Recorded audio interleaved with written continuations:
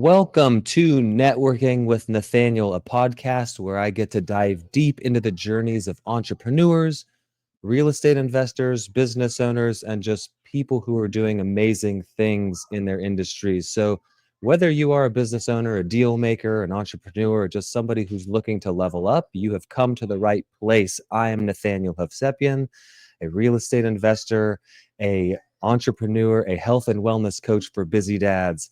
While I have closed millions of dollars in real estate, helped people do the same, and coached busy dads to taking control of their health and wellness, this podcast is not about me. It is about the amazing guests that I get to chat with every single week.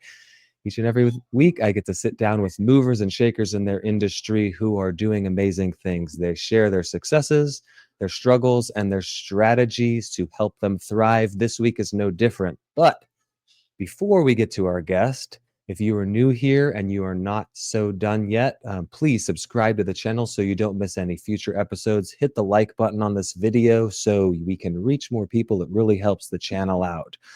Now, introducing our guest for this week, Morgan Nelson, coming all the way from Australia. You are definitely the farthest guest I've had on Networking with Nathaniel so far. I appreciate you and Riley for putting this all together. Thank you for being on Networking with Nathaniel. Hey, thank you so much for having me. I'm glad I could be really here. appreciate it. Yeah, I met you at Day with Pace, a Day with Pace that I had. You were interviewing him for your podcast, and I was enthralled by it. The way you asked questions, the way you really dove deep into his journey, and I just had to go out on a limb and come ask you to come on and talk to me about what you're doing. I know that you are an entrepreneur yourself. You have a few different businesses that you own.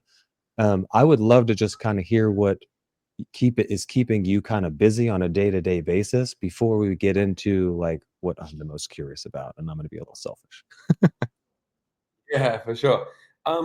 What keeps me most busy is like my primary company that I have is an education company. So Dream Out Loud is we really work with entrepreneurs and help them understand the skill set and mindset so they can create their dream life. So we do a lot of transformational coaching through seminars and programs and workshops.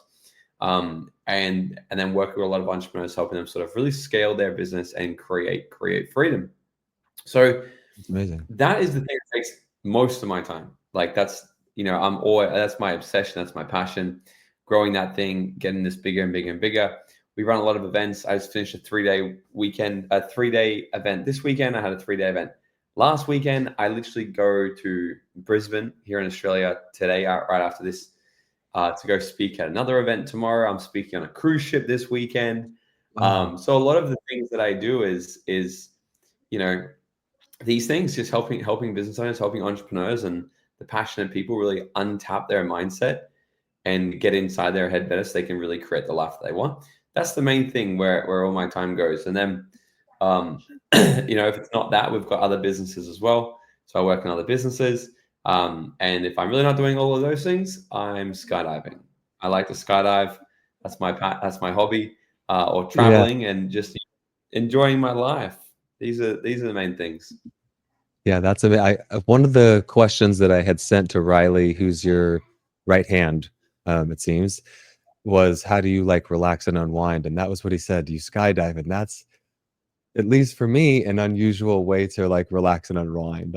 Not that I've never done it, but it seems like an amazing thing. I wouldn't find that necessarily relaxing though. Uh, it's like, what does an adrenaline junkie do on their days off? Just go Yeah, skydive. that's I don't know, awesome. but there's just something about it. There's something about just being out in sort of like nature. It's right on the beach, and Mm, you can't rush it. It's a weather dependent sport, and you just got to get out there and relax and wait. And it's kind of just good. Like there's not really good reception out there, so I'm sort of just disconnected, mm. and I'm just hanging out. And when the time's ready, we jump in an airplane, we jump out, and just go Yeah, do a that's few jumps each. It's good fun. yeah. And you mentioned the disconnected piece, which I think is incredible as for somebody who's probably as connected as you are, flying around and talking to people. Being able to just let it all go and not have a worry about that is probably pretty powerful. Yeah, it's amazing. I never switch off. So, I guess that's probably one of the things that really does make me completely switch off and actually be in the moment. You're not really thinking about anything else when you fall into your death at Yeah. a Yeah. feet, 1,000 feet every 5 seconds you're falling to the ground. So, you only got a minute or so up in the air before you get to hit the ground. So Wow. you're not really thinking about it. So it's good. Yeah. Well, I mentioned it here. The piece that I'm most curious about, and you kind of alluded to it, is getting in the mindset of entrepreneurs. I did a little bit of research here, and I should lead with I write with crayons, Morgan. I'm a Marine. We're known for chewing on crayons. That's kind of the shtick that the Army, goofs on us about. I read that neuro-linguistic programming is one of your kind of fortes, something that you dove really deep into. I think it was like 12 or 15 years you've been really studying this and really going down the deep end. Would you kind of, keeping me in mind writing with crayons, give me a really brief overview of what an LP is? Yeah, so the last decade, I've been very involved in just personal development and working myself and really understanding psychology, behavioral psychology, neuroscience, quantum mechanics, all of these things. So NLP No. is one of the tools that I've definitely dived into in the last probably 5, 6 years, kind of thing. Okay. I've become a trainer of NLP and all of this. So yeah, in the world of neuro-linguistic programming, there's so many different things that what this is, and a lot of it is kind of rubbish, but there's a bit of it that's extremely incredible.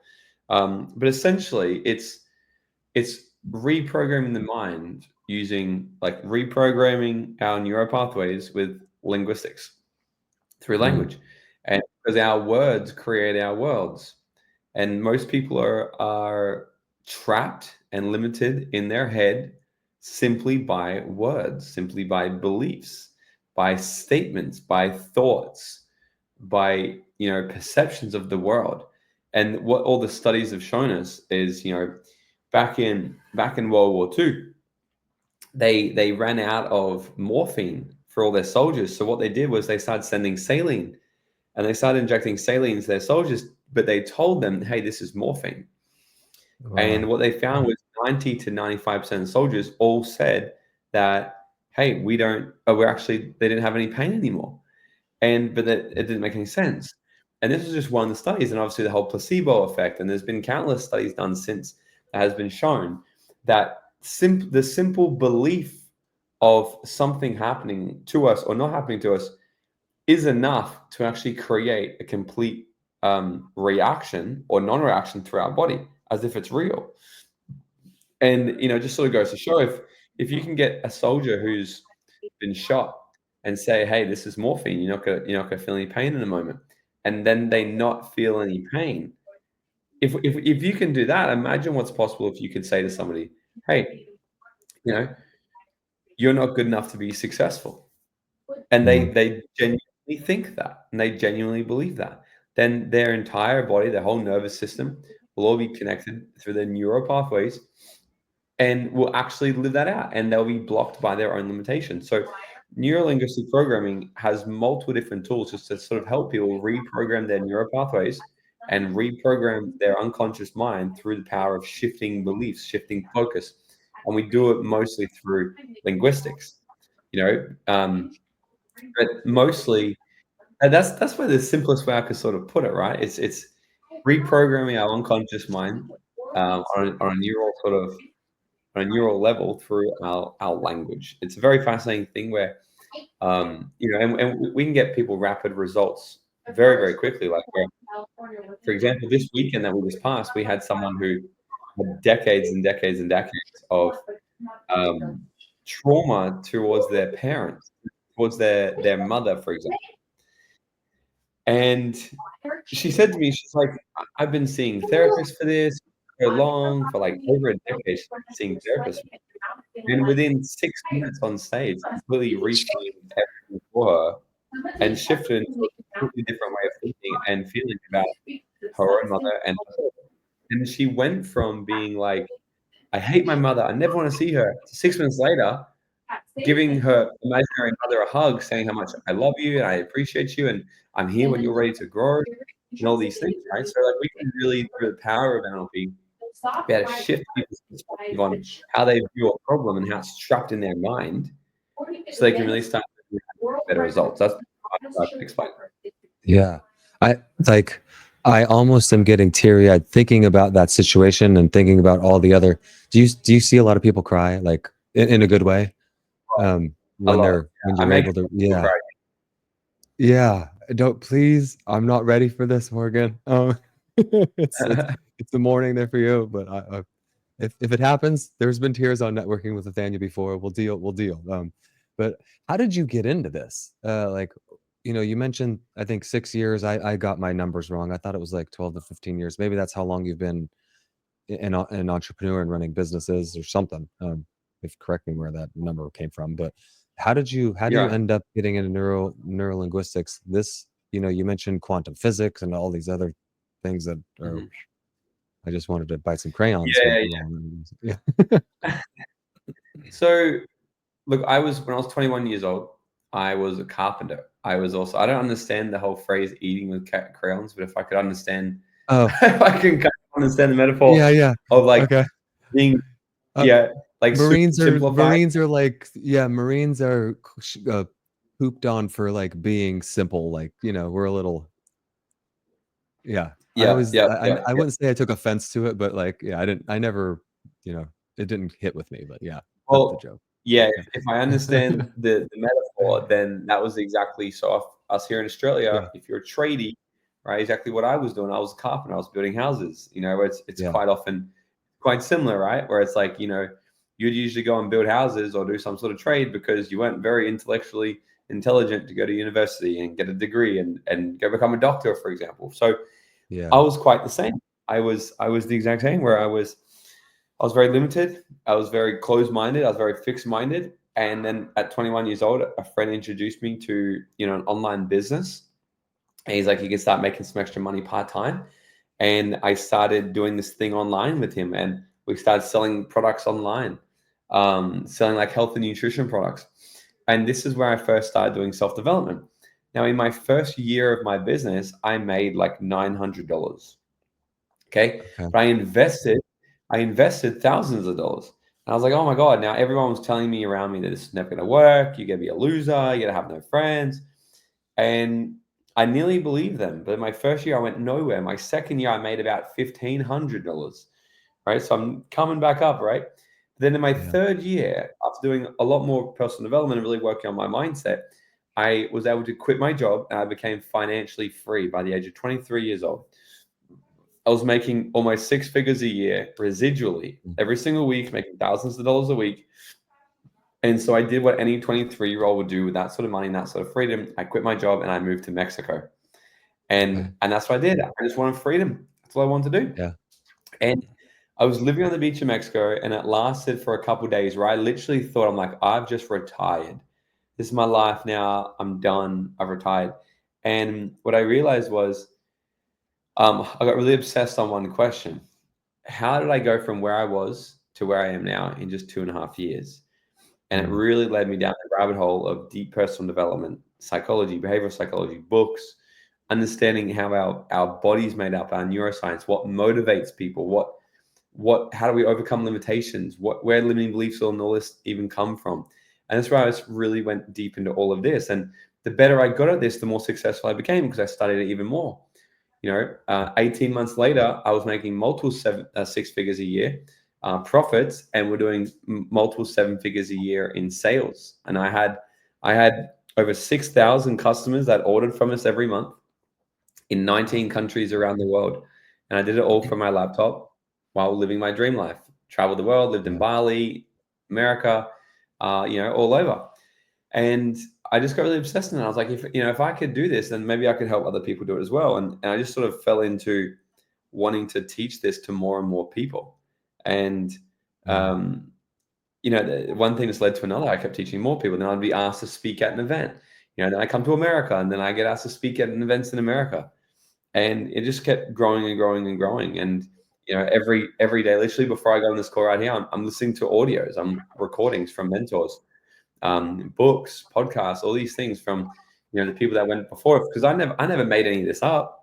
I'm just learning from the people who've done the research. I've never been in the lab. I've never studied anyone's brain, but I learn from people that get to do those things. I don't even know where to start. I don't even know where you get 1,000 people's brains and get to put them under an fMRI and scan them. And I have no idea, but I learn from all these people and I get the studies and I see it. And then I create my own learnings and teachings from there. I practice it in my own rooms and I see results, So this is kind of where it's all started. And with the quantum physics stuff, I mean, nobody understands quantum physics. Not even Albert Einstein understands quantum physics. Yeah. And but the basis of what we understand about it, again, I've just sort of done some research into that space, and sort of understand the basis of quantum mechanics. But essentially, this is like, it's a bit of it sounds woo-woo. It sounds like weird and new agey spiritual, but it's as science-based as possible. But for the first time ever with quantum physics, it's shown us that science, for the first time ever, is actually very woo-woo and weird. Essentially, the simplest way to put it is this. Every single physical form of matter that you see, like this laptop that I'm watching you through, like everything in your presence, like your table, your chair, everything is all made up of little tiny particles, right? And what they've shown is every particle that makes up any sort of form is 99.9999999% nothing, made up of nothing. There's only a teeny little bit of it that is actually physical form. But the craziest thing that they realized was this: in order for a particle to be a physical thing, it's going to be like a one object, right? Like if it's physical, so what they did was they got a little gun that could actually shoot particles, and they put one hole in the wall and they shot particles through this wall. And on the other end of the wall, it left all of these dots where it landed. Okay. And then what they did was they put 2 lines on the board. They put 2 lines and they shot particles through 2 lines. Now, what you'd imagine was on the other end of that would have lots of dots that are in the shape of 2 lines, but it's not what happened. Yeah. What happened was there was lots of lines on the other end. And what they're showing is that the particle actually showed up as a wave. It wasn't a physical form of matter. It was a wave, like a sound wave. Like if you drop a pebble in the water, it creates a ripple, right? So imagine if you drop 2 pebbles side by side, they would create individual waves, but they'd clash with each other and they'd interfere. They'd create multiple other waves. And that's what they've shown, is that particles that are not being observed are an invisible wave. Okay, but this is the craziest thing. This is the thing they realized. It's called the double slit experiment. And everyone can look this up on YouTube, and I'm probably butchering it completely, but I'm trying to simplify something that Albert Einstein studied for 50 years into a minute here. What they realized was that they go, if no one's observing the particles, it's a wave, meaning it's invisible.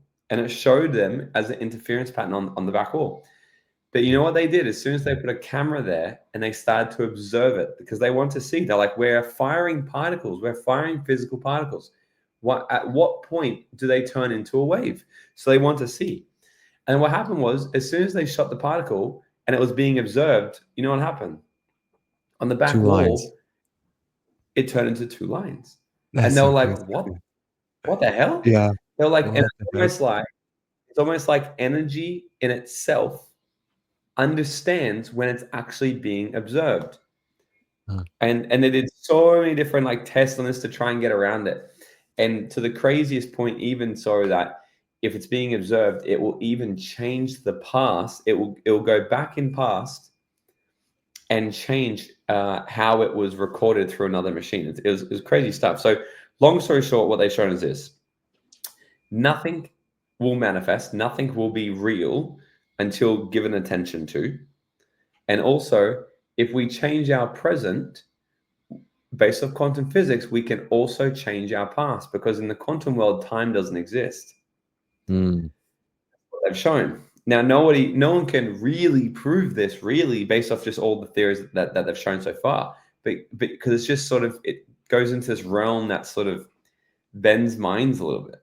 But one thing that's true is you haven't been able to prove, no one's been able to prove that it's not true. So Yeah. it's very fascinating. And this is sort of the world I live in is sort of helping people really tap into what are the beliefs, what are the limitations, what are the fears, what are the doubts, the worries, concerns, all these things that are made up in our head that we give unconscious focus to. Because if we can really get into there and shift it and change it and not focus on it anymore based off quantum physics, it won't exist anymore. And I've seen this time and time and time again. Kind of get inside and help people really change the way they view things. Yeah. And This Wayne Dyer even said, he was like a spiritual teacher. He said, if you change the way you look at things, the things you look at change. And it couldn't be more true. So yeah, man, go ahead. oh, I was gonna write that down, but I have the recording of this. I get to listen to it whenever I want. If you change the way that you look at things, the things you look at change. That's wow. That's one you could sit on for a little while. This is so Yeah. it's interesting when you say quantum physics and the brain, I would not have made the connection of the two, but the way you just describe it, there's a connection there. I mean, even though the brain's made up of atoms and all those, all those particles, but the the thing that's interesting is you mentioned, like, as we observe it, if we can change the present, we can change the past. It's changing the present and the way we view ourselves in the present, just reframing the way we see the past. Is that kind of a nice way for us to spin it? Yeah, it's Yeah, because interesting. where does the past exist? It exists in images that are Yeah, stored in your unconscious mind somewhere. And when people yeah, go and do therapy, they do talk therapy. And that's why I'm against talk therapy, because it's just a waste of your time, waste of your money. It's better yeah. than doing Thank you. nothing. Better than doing Right, nothing. okay. But Yeah. what happens is you do talk therapy and you just talk about it again and again and again and again. And their theory is, if we can get you to go back and speak about the event, the trauma that happened in your life, for example, if you can go back and talk about it again and again and again and reassociate it and feel it again, eventually you're going to start to see it from different perspectives. And if you can go back and relive it and see it again from a different mind, the person you are now, not the person you are when it happened, which is when the trauma is created and stored in the body. So if trauma happens at 12, you remember it as a 12-year-old. Your body remembers it as a 12-year-old. So if you can go back as a Mm, 40-year-old and relive it and re-see it, eventually you can hopefully start to shift how you see it and feel it. But there's people do this for 5 years. People go and work on their phobias for 5, 7, 10 years. I remove phobias from people in, I don't know, 3, 4 minutes, yeah. right? I'm talking like actual phobias, things that people are petrified of, not just like a little Wow. fear. They're things that people like lose their Like whole jumping out of an body over. airplane. Yeah, yeah. Yeah. Even spiders, heights, all these sorts of things, right? Because you don't need to take that long to really work through things. Mm, Um, but how it can kind of work is, talk therapy will get you to sort of start to shift things. But what a recent study has even come out and shown us that neural pathways. Okay, so a neural pathway, two like little like neurons in our head like this. At the end of it, we have these little synapses, and they come together like this, and this will connect an actual pathway in our brain. This is what creates a flow of information. So when we get a new learning and we learn something, this is neural pathways coming together and connecting. And if yep, you ever remember the time when you've forgotten someone's name and you're like, oh, I know that person's name. And it's so frustrating, right? yeah. And it's like you can't go to sleep unless you have to get that person's name. And as soon as you remember it, you're like, ah, see what's Oh, happening is mhm. these neural pathways and they're so close. They haven't connected yet. That's why you haven't got the information yet. You haven't got the learning. And they're so connected, and it's like they're working so hard to get together. You're like, what's that person's name? What's the person's name? Bang.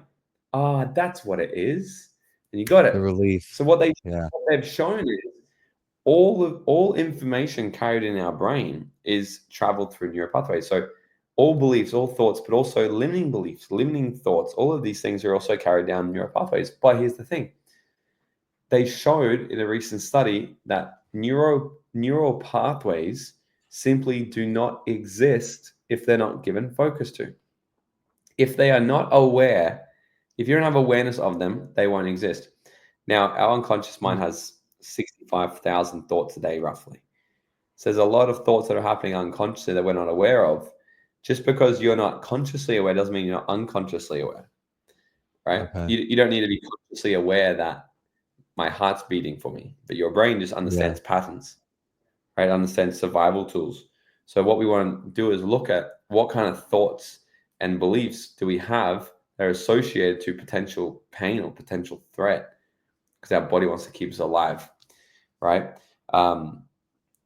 So yeah, so this is how the whole like that space can kind of come into shifting beliefs and shifting patterns, and is just simply understanding what they are. Like I always talk about three things for transformational change. First one is awareness, right? You can't Okay. intervene with a world that you can't see. So you have to first become aware of any sort of limiting beliefs, limiting patterns, thoughts, feelings, emotions, any of these things that aren't serving us. Number one is aware. Number two is understand it. If we can start to understand the patterns, understand these thoughts and why they're there, why they got created, where they came from, then we can start to have a different perspective from it. And as soon as we start to see things from a different perspective, a different light, we start to remove its attachment that it has to us. It's kind of like a magician, a technique shown as a technique blown. If Mm, someone does magic, you're like, oh my God, but as soon as you see it, it's not as magic anymore. yeah. Yeah. You take away its power. It's the exact same thing in our head. So as soon as we're aware, then we start to understand where it came from. Like let's say somebody has the belief, oh, I'm not good enough. And I'm like, cool, well, where'd that come from? Well, because I remember my mom, when I was 6, I was trying to help her bake in the kitchen, and she yelled at me. She said, give me that. You're too young to be a cook right now, or some shit like that. She said something to me at 6. Yeah. And then the kid makes up the story that, oh, I'm not good enough. But then what happens is, as a 6-year-old, sure, that's what the little meaning was. But then what happens, this is the craziest things. We never challenge the things that we actually believe. Okay. We never challenge the things we believe, but we act in ways to confirm what we believe. Mm, Okay. Because the brain craves certainty. The brain doesn't want change. The brain doesn't want you to be rich and happy. It just wants you to stay alive. How it stays alive is understanding certainty, because then it can predict future, it can predict threats. So interesting. if I have a belief that says, well, I'm not good enough, I'm not going to try and challenge that belief. I'm just going to keep acting in ways to confirm what I believe, because then I have certainty and I can. Is this making sense? So Yeah. this is why people don't change. People don't Yeah. change. Well, unless they do the Yeah. work, right? That's why I run 40-hour seminars in 3 days to put people through an incubator to really start to shift these things. But this is why people will stay in a crappy state, stay in a bad relationship, a bad business, a bad body, a bad mindset, and they don't enjoy it, but they'll stay there because it's certain, even if the certainty that they have is not something that they enjoy. They'll stay there because instead of challenging it, they'll just keep acting in ways to confirm their original identity. Hmm. Yeah. So it's not that I mean, it's a little bit like I've thought, hey, it's just I'm comfortable. I don't want to challenge myself to be uncomfortable. That's where growth happens. That's where change happens. I like going and sitting on the couch and being comfortable afterwards. I don't want to stay up and be on a podcast with some amazing person from Australia at 7:30 at night. I want to go watch Netflix. No, I don't want to change. I don't want to challenge us. I didn't think of it from that perspective, that I'm just confirming my beliefs instead of making the changes to it. If oh wait, did I miss number 3?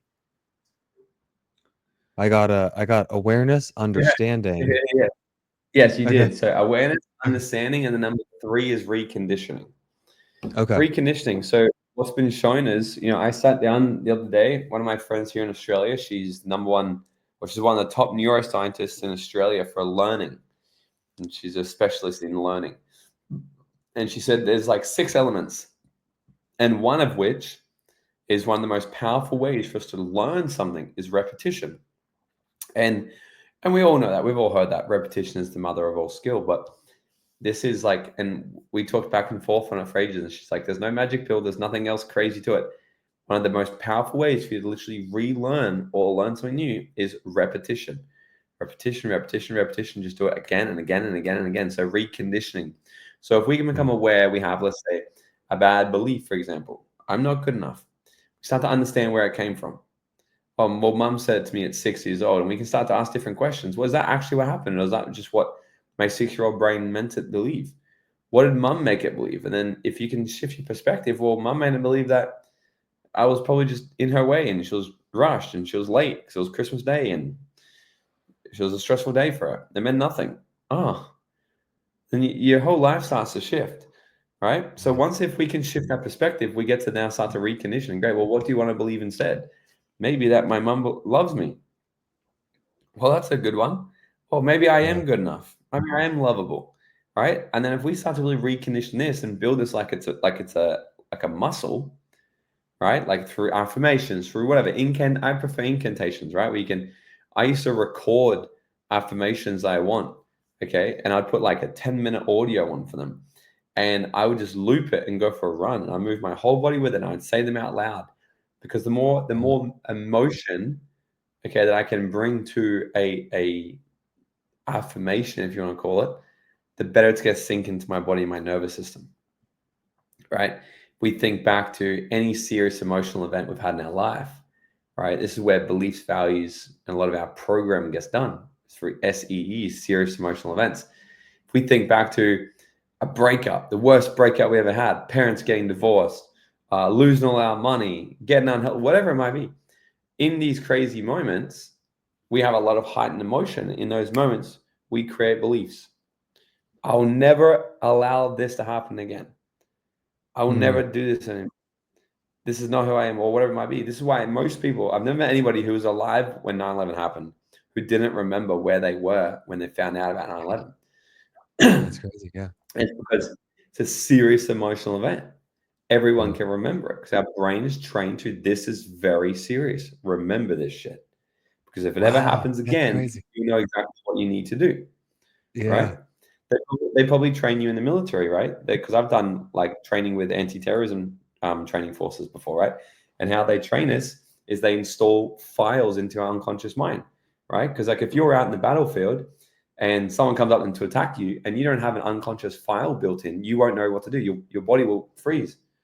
So Mm. probably what they do is they put you under severe stress exposure, right? They Yep. stress you the fuck out, right? And then they'll probably do different sorts of scenarios where like, okay, now you're under attack, boom, and you have to quickly fight back, and then you'll calm back Yeah. down. Then they'll put you under attack again, and things like this, because this is exhilarating your emotional, like your body's going through the roof, but they're installing habits and behaviors and beliefs in those moments. So Yeah. if someone wants to jump out with a knife right now, your body would react in a way because you've been hardwired, built in like that now. Yeah. At least we'd That's hope. great. Like, well, right. Yeah. Well, like I forget exactly how they phrased it, but like, you practice harder than it is in the game. That when you get to the game, it's kind of like easy.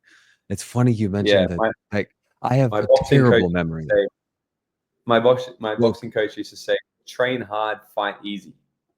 yeah. Like it Train hard, fight easy. because when you stress yourself enough, those things just you start to see them and you just react. You're not consciously thinking about them. You're just able to move. And you mentioned the 9/11 thing, and it's like, man, that I have a terrible memory of really past, like, a couple years ago, and that is one thing that just sticks out. I will never forget that. Well, I mean, we'll see. Yeah. Maybe I'll forget at some point, but, I wanna make sure that I'm respectful of your time. You're gonna go hopefully change some people's lives here. Hopefully, you're changing some, people's lives here as well, but is there, like, an exercise or something like that that I or anybody that's listening could do to start reprogramming this without needing your, here? Yeah, absolutely. So one of the best ways we can start to reprogram our unconscious mind is leverage what our brain waves already naturally want to do. You see, so when I hypnotize people, I will put them into a different brain wave. Okay, so right now we might be in a high state of brainwave, right? Like an alpha or something like this. But people will fall into a theta state is where Okay. we are very programmable. Okay. So when I hypnotize people, I'm going to slow their brainwaves down to more of a theta state through words and through voice and breath and all these things. We slow it down. And when it's in the theta state, it's very programmable. But the coolest thing is we don't have to go and get hypnosis to be into a theta state. Our brain will naturally do it 2 times a day. Right before we're about to drift off to sleep and Okay. right when we wake up. Okay, when we put our head on the pillow and we're starting to slowly go down, we're going down, our brain's completely slowing down. So we can use nighttime audio hypnosis tracks, nighttime audio affirmation tracks. And people can even message me on Instagram. They can find me Morgan T. Nelson and just message me the word mind. I think I could be wrong. You could message me the word mind. Either way, if they message me and they're like, hey, send me that hypnosis track, I'll send you a hypnosis track for free. Um, I have tracks that I give people, and they can literally play it and reprogram their mind as they sleep, because they're in the most susceptible state for reprogramming. The other thing what you can do is, as soon as you wake up, you can also leverage this for about, for like, call it 20 minutes after you wake up in the Oh, morning. wow. Okay. Can also be in a state later. Like, as soon as you wake up, bang, you're in that kind of groggy-ish sort of just coming into the world kind of thing. Your brain is still really there. And so be very conscious of the things that you say to yourself, the things that you allow yourself to soak in those minutes. So don't wake up and get on your phone straight away, because you're just literally programming it for all the shit that's happening in the world right now. Right. And 99% of it isn't good, according to the media. So you don't want to let that stuff soak in. So you don't want to get up and you want to really leverage that time. Put a journal next to your bed, wake up straight away and just write down 10 things you're grateful for. Mm. Or get your vision board out and put a vision board right in front of your bed. So as soon as you wake up, I used to do this all the time. My vision board was in front of my bed. So every time I'd go to bed at night, is the last thing I saw and the first thing I saw when I woke up. And I'd always just put these images into my mind. And if it can seem real in your head, your body's going to start to act it out and act for ways to confirm what it believes. Wow. So if we can start to reprogram, our unconscious mind and see wealth and see our goals, it's going to start to feel normal for us. Because that's what's important. Most people won't go towards their goals because it doesn't feel normal for them. It feels different. So we're Mm. programmed to avoid discomfort. But if you can make it feel really easy, really simple, and really normal, you're going to naturally want to. It's not about attracting wealth, but it's about being the person that attracts wealth. The person who attracts wealth, someone who's outgoing, someone who's courageous, someone who's decisive, someone who's an action taker. They're not an overthinker. They go for it. Mm. They put themselves out there. They're not afraid to fail. So the people with those attributes will be a successful person. So it's not about trying to manifest $1 million or whatever it might be. It's learning how to, like our friend Pace, right? Pace isn't successful because he manifests harder than anyone else or he prays better. He's Yeah. successful because he's a freaking badass. He's Yeah. successful because of his traits, his character traits. He's an incredible guy. He's very kind. He's very nice, outgoing. He's helpful. He's supportive. He's a forward thinker. He's a big thinker. You know, he's not afraid to take risks. And because somebody with those characteristics, the byproduct of having them is somebody that has the results like Pace does. You know, Yeah. so we can really start to use these times a day, in the morning and at night, to start to reprogram our mind. So, and you can do it with anything. You can literally get onto YouTube and be like, nighttime success audio. Now I'd be careful because you might have ads and shit run. But you Oh, can get on yeah. Spotify. There's so many things out there. You can get on your own phone, record yourself just saying 100 different affirmations and play it. Yeah. Put your phone on, put it under your pillow as you go to sleep at night, and let it just start to reprogram your mind while you sleep. Yeah, that's I've seen that, the putting the headphones on and having the audio playing in your head since I was a little kid. And it's like, it's always seemed woo-woo. It's funny because you mentioned the woo-woo, and like, these things seem woo-woo until you put them into practice and you see the results from them, and then you're like, "Oh, maybe Mm. it's not so woo-woo," you know? Um, I wanna make sure that I'm respectful of time here. I do have a couple things that I wanna make sure. You already, mentioned your social media is the best way to how's the best way to for people to get in touch with you, whether they wanna just connect with you or they wanna learn more about where you're headed next to a speaking event or an engagement, how to bring you in and hire you? Yeah, yeah, yeah. Instagram is the best place for me. Morgan T. Nelson, you'll find me there. Or our YouTube as well. Morgan Nelson, you can find me on YouTube for us. We put all our podcasts on there as well. I've had some awesome guests. Pace has been a guest. Dean Graziosi. I've had some amazing guests on there. So they can go and find us there. They're the best places. Yeah. Okay. Yeah, I spent, I don't wanna say too long because I mean, pretty much everything is valuable on your channel, so there's not really too long, but I spent a little bit while on your channel. You have a lot of content on there. You did also mention earlier in the episode that you're an avid reader, listening to audiobooks at least, probably reading as well. But what are some books that you could recommend to the audience that, maybe have changed your perspective either on business, just life in general, the specifically to neuro-linguistic programming, maybe something that I could read while I'm chewing on my crayons? One of my No. favorite books I always come back to is The Magic of Thinking Big. Mm, It's it's one of my favorites, and it's funny. I've only read it I think once or twice, but I can just wow. remember when I was reading it, it really just started to shift my mind, and it's kind of like Success 101 principles, but also some of the things you just got to hear again. But then Mm, even like I can even just remember like one thing it said. It's like successful people tend to walk faster, and I'm like, that's fascinating actually because yeah, I'm like, and I just remember these little tiny things, and I used to practice it. I'm like, I'm gonna walk a little faster, and what started to happen was I felt like I was more in a hurry. I prioritized things better. I maximized my time better. Um, mm. now so it depends on which season of life you're in because there's seasons of my life where I've had to slow down, and so you can't just do it, but I like that book, The Magic of Thinking Big. In terms for like NLP, and there's not really much NLP books. I'm sure there is a few, but they're not really that great. Apart from like Tony Mm. Robbins, obviously. I'm writing my book, The Dream Out Loud Method. It's not out or anything yet, but if people can go and Okay. find us on Instagram, it will come out. Yeah. We're halfway through writing it right now. Um, But yeah, look, I'll just start the magic of thinking big. Psycho cybernetics as well Okay. is That a one just popped fantastic up. one. Yeah. Yeah, all about self-image. These are the things of like literally how we view ourselves. 'Cause that's really all that matters. So yeah, I'll jump on those two Does books. when you were explaining this, when you were explaining it, when initially asked what NLP is, I got a little bit of the law of attraction kind of vibes in there when you're changing words specifically like don't jump on the couch, sit on the couch. Like you're just changing those Mm. little things. Does law of attraction kind of have a Yeah, in a way, comparison? right? Because both things you're speaking to the unconscious mind. So with the Mm, law of attraction is all about, speaking to the unconscious mind, so you can reprogram the unconscious mind.